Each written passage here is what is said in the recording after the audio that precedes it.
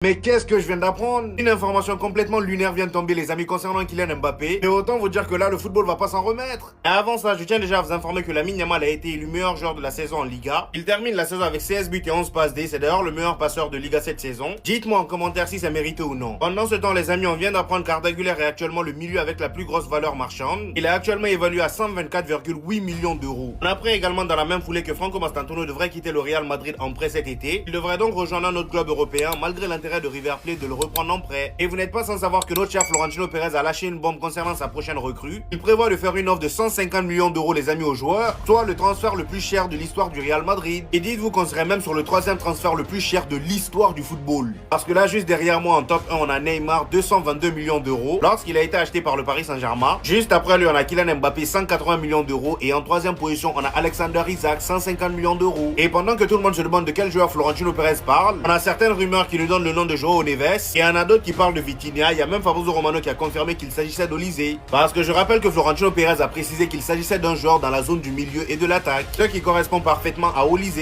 Cependant, entre vous et moi, on sait très bien que c'est mort. Dans aucun monde je le vois quitter le Bayern Munich. Et pendant que Florentino Pérez et son concurrent ne cessent de promettre tout et n'importe quoi, et ben on a le candidat aux élections présidentielles à Fenerbahçe qui les a rejoints dans leur folie. On nous dit candidat aux élections présidentielles à Fenerbahçe, Aziz Yildirim a annoncé qu'il allait recruter Kylian Mbappé à Fenerbahçe s'il était élu. Ah ouais, pourquoi pas. On a été les premiers à commencer nos bêtises, non? Viens prendre Kylian Mbappé.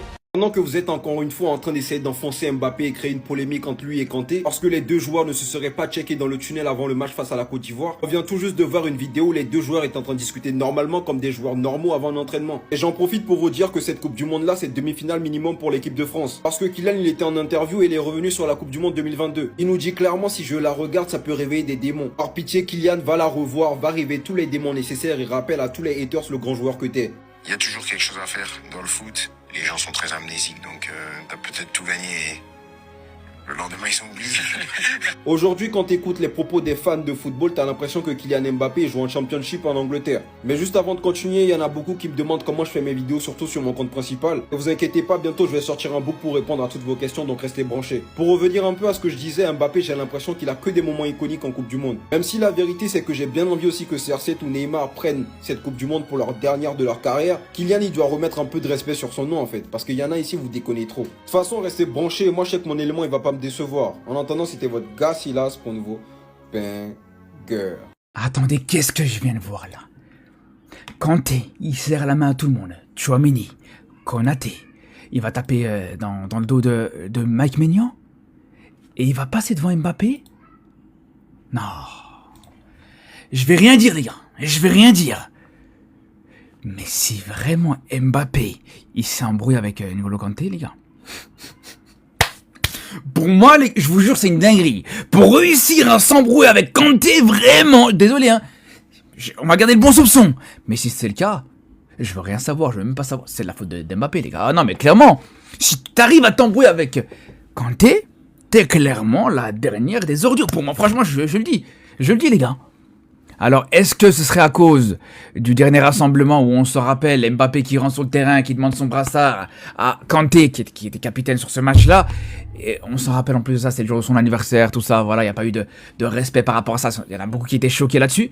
Moi, je vous le dis, les frères, franchement, si c'est le cas, Bellingham, on n'a rien dit, Neymar, on n'a rien dit.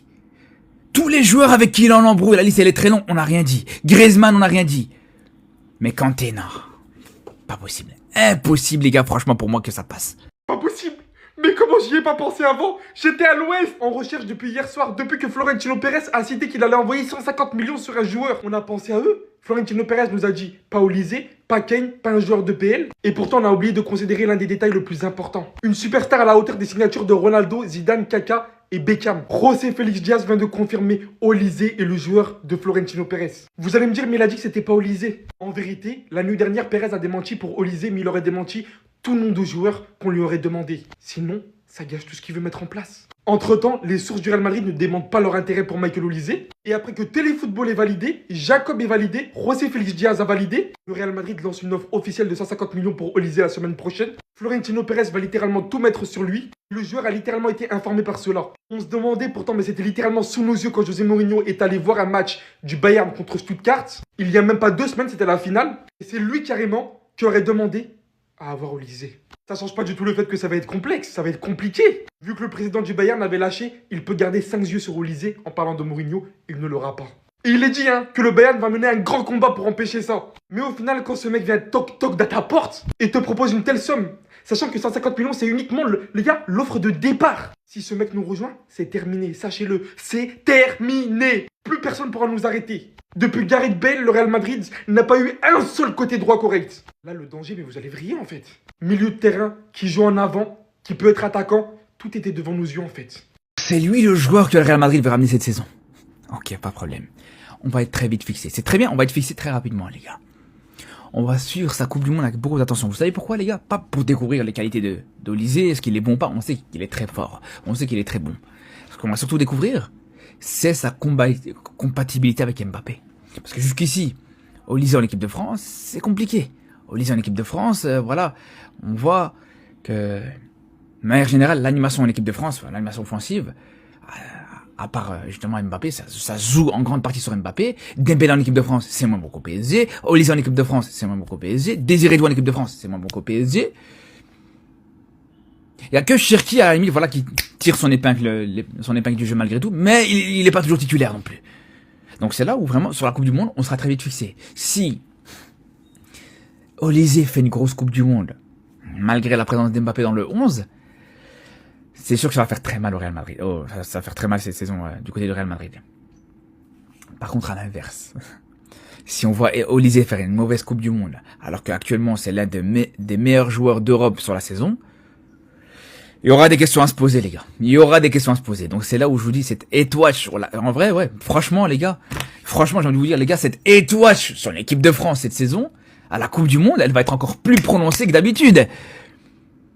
Toute l'attaque, t'as Dembélé qui joue au PSG, t'as Mbappé qui joue au Real Madrid et Olysée qui va jouer au Real Madrid. Je vous le dis, les gars, il y a toutes les raisons pour étoile cette équipe de France, vraiment. Tous les fans de football, quand Pérez parle, tous les présidents reculent. Je répète encore. Quand Pérez parle, tous les petits présidents reculent. Olysée au Real, fan du Real Madrid, ça va être une bonne nouvelle ou une mauvaise nouvelle? Donnez-moi votre point de vue. Beaucoup pensent que c'est impossible. Hey, tout ce que Pérez veut, il l'obtient. Le Real n'est pas un petit club. C'est le club des dieux. L'année prochaine, nos voisins et nos voisines, ce n'est pas l'IA. On va voir si vous allez encore pouvoir nous taper. Vous allez subir à la Madrid. Même si je ne suis pas trop d'accord pour Olysée. Parce que nous, ce qu'on veut, c'est un milieu de terrain.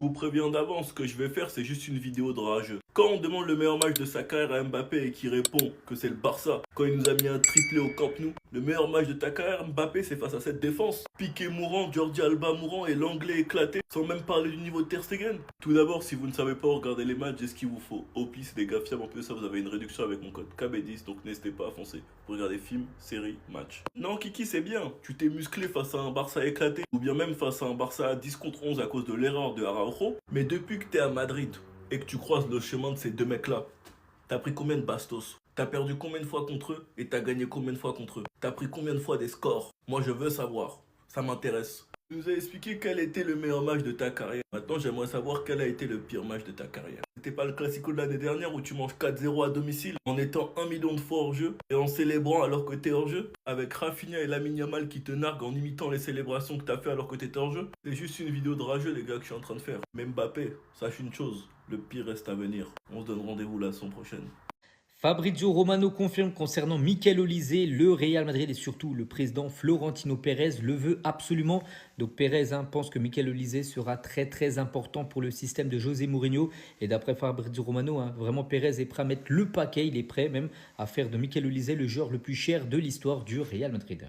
Et à noter, si Mikel Olysée venait à débarquer du côté du Real, Pérez pense qu'en signant Olysée, donc il aura la meilleure attaque du monde avec Vigne à gauche, Olysée ailier droit et Kylian Mbappé en tant que numéro 9.